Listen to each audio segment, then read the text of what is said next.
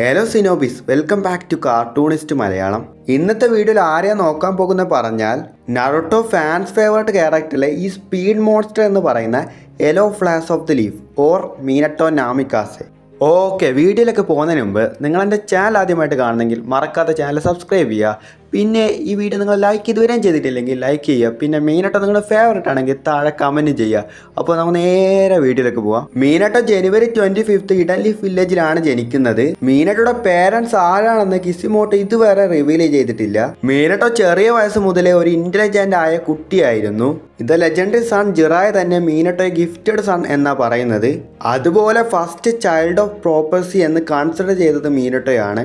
ഒരു ജനറൽ തന്നെ ഇങ്ങനെ ഒരു തവണ ഇതുപോലത്തെ കുട്ടി ജനിക്കുക, അത്രയും ഇൻ്റലക്റ്റ് ആണ് മീനട്ടോ.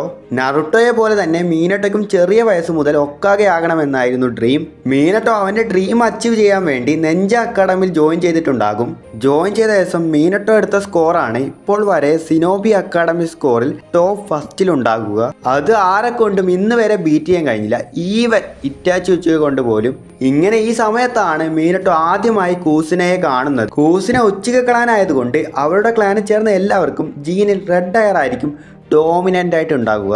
ഈ റെഡ് എയർ കണ്ട് എല്ലാവരും കളിയാക്കുമ്പോഴും മീനട്ടോ മാത്രമാണ് വിചാരിക്കുക ആ റെഡ് എയറും ഇവൾ നല്ല ബ്യൂട്ടിഫുൾ ആയിട്ടുണ്ടെന്ന്. ഇങ്ങനെ പോയിക്കൊണ്ടിരിക്കുമ്പോഴാണ് ഇഡൻ ക്ലൗഡ് വില്ലേജിൽ ചേർന്ന കുറച്ച് നെഞ്ചാസ് ഇവളെ കിഡ്നാപ്പ് ചെയ്യുക. എന്തിനാ കിഡ്നാപ്പ് ചെയ്തതെന്ന് വെച്ചാൽ കൂസിനെ ഉസുമാക്കി മാത്രമല്ല ഒരു നെയിൻടൈൽ ജിഞ്ചുരുക്കി ആയതുകൊണ്ട് മാത്രമാണ് അവളെ കിഡ്നാപ്പ് ചെയ്തത്. അവളാണെങ്കിൽ ആരെങ്കിലും രക്ഷിക്കുമെന്ന് വിചാരിച്ച് റെഡ് എയർ നിലത്തിട്ടുണ്ടാകും, പക്ഷെ ഒരു നെഞ്ച പോലും അത് നോട്ട് ചെയ്തിട്ടുണ്ടാകില്ല. എക്സ്പെക്ട് മീനട്ടോ. മീനട്ടോ ആ ഇഡൻ ക്ലൗഡ് വില്ലേജിലെ 3 നെഞ്ചാസിനെയും അടിച്ചിട്ട് കൂസിനെ രക്ഷിക്കും. ഇങ്ങനെയാണ് കൂസിനെയും മീനട്ടോയും മീറ്റ് ചെയ്തത്. ഇങ്ങനെയാണ് ഇവർ തമ്മിൽ കല്യാണം നടക്കുന്നത്. അതിനുശേഷമാണ് നറുട്ടോ ജനിക്കുന്നത്.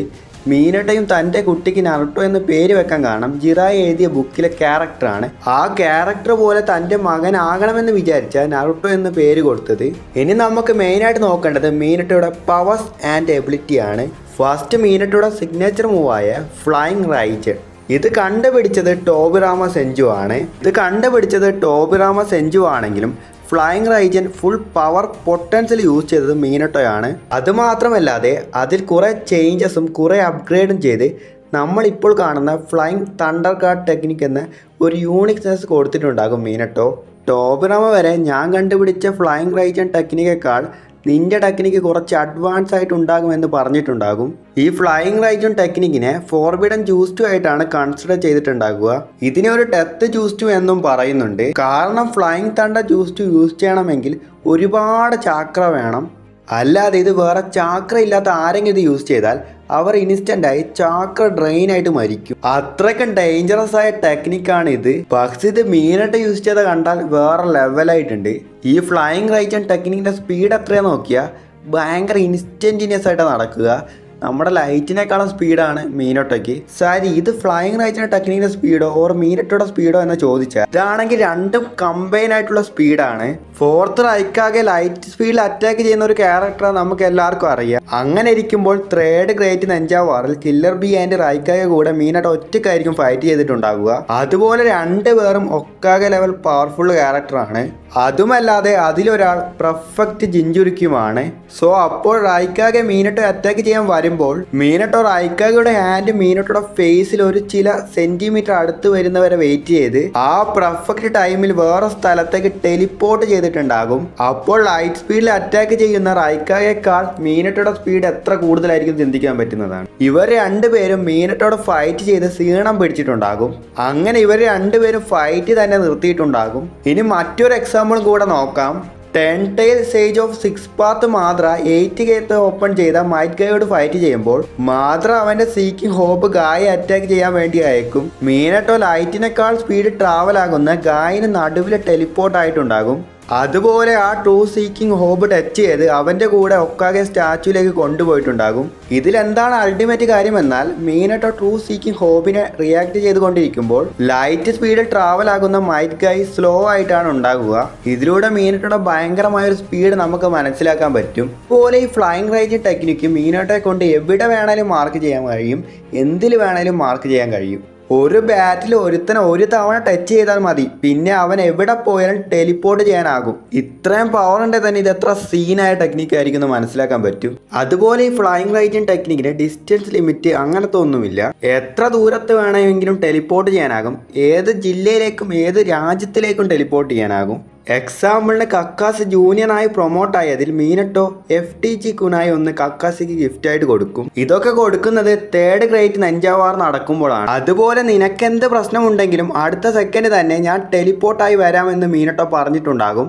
ഒന്ന് ചിന്തിച്ചു നോക്കുക, ഒരു വാർ നടക്കുമ്പോൾ മീനട്ടോ ഏത് കൺട്രിയിലും ഉണ്ടാകാം. പക്ഷെ അങ്ങനെ ഇരുന്നിട്ടും ഈസിയായി ടെലിപ്പോർട്ട് ചെയ്ത് വരുമെന്ന് പറയുന്നുണ്ട്. അപ്പോൾ നിങ്ങൾക്കൊരു ഡൗട്ട് വരാം, FTG യൂസ് ചെയ്താൽ ചാക്ര മൊത്തം ഡ്രെയിൻ ചെയ്ത് മരിക്കും. പക്ഷെ ഇവിടെ ഒരുത്തം നമുക്കറിയാം ഇഷ്ടത്തിന് ടെലിപ്പോർട്ട് ചെയ്ത് കളിക്കുകയാണ്. അപ്പോൾ ഇവന് കുറെ ചാക്രയുണ്ടെന്ന് നമുക്ക് തോന്നാം.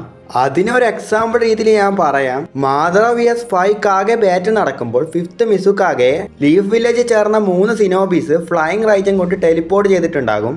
ഇതിലെന്താണ് വലിയ പ്രശ്നം എന്നാൽ 1-2 തവണ ഫ്ലൈയിങ് റൈജൻ യൂസ് ചെയ്യുന്നതിന് 3 സിനോബീസുടെ ഫുൾ ചാക്ര വേണം. പക്ഷെ മറ്റൊരു സൈഡിൽ മീനട്ടോ ആണെങ്കിൽ ഇതൊരു പ്രശ്നമേ അല്ലെന്ന രീതിയിൽ യൂസ് ചെയ്യും.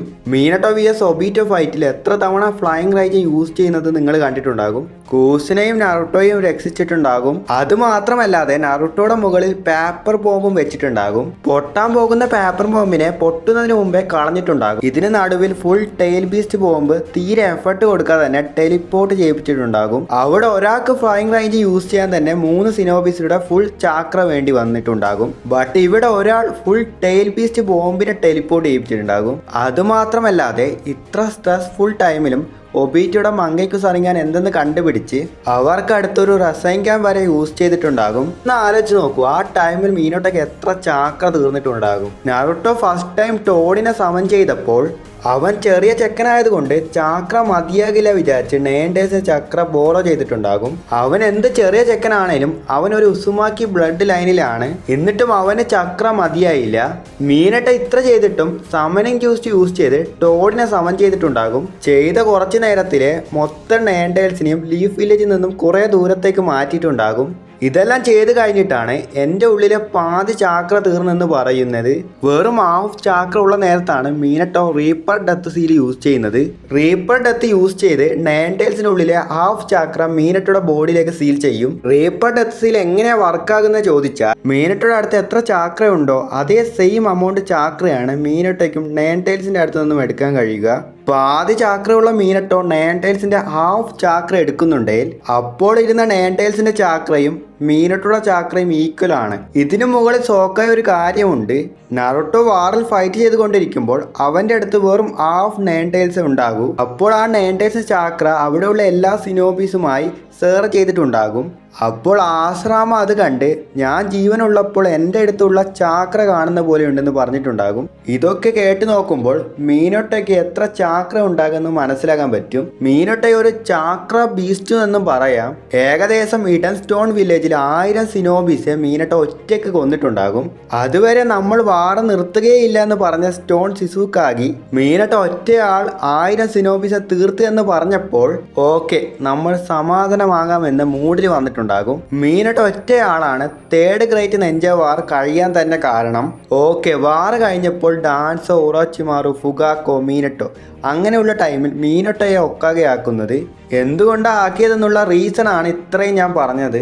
ഉറോച്ചിമാരു ഡാൻസോ ഇവരെ കൊണ്ട് മീനട്ടോ അടുത്ത് പോലും വരാനാകില്ല. ഫുഗാക്കോ എത്ര വലിയ മങ്കിക്കു സറിങ്ങാൻ യൂസർ ആയാലും മീനട്ടോയെ ബീറ്റ് ചെയ്യുന്നതൊക്കെ വലിയ കഷ്ടമായ കാര്യമാണ് അവർക്കൊക്കെ. മീനട്ടോ ഒരു പെർഫെക്റ്റ് സേജ് മോഡ് യൂസറുമാണ്.